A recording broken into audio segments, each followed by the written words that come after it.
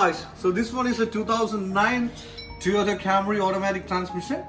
So now I'm gonna show you a perfect spot for a jack stand. All right, so here what I'm doing is I'm using a wooden piece on the top of this one because I don't want to make any cracks or any damages on the paintworks underneath the car. So normally I just use this one, a wooden piece. Then you can have a look here. I'm already using a jack here to raise this car up. So I used a wooden piece as well. And this is a spot. This is a very strong piece.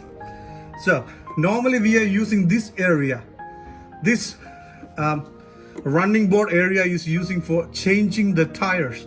So you know the factory jack stand, we can lock it here in the spot in between. But for the jack stand, I'm not recommending this area. So I'm recommending this area for that one.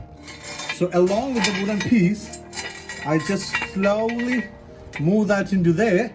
Now I just, unlock this jack and making sure the both jack stands and the things are bearing the weight.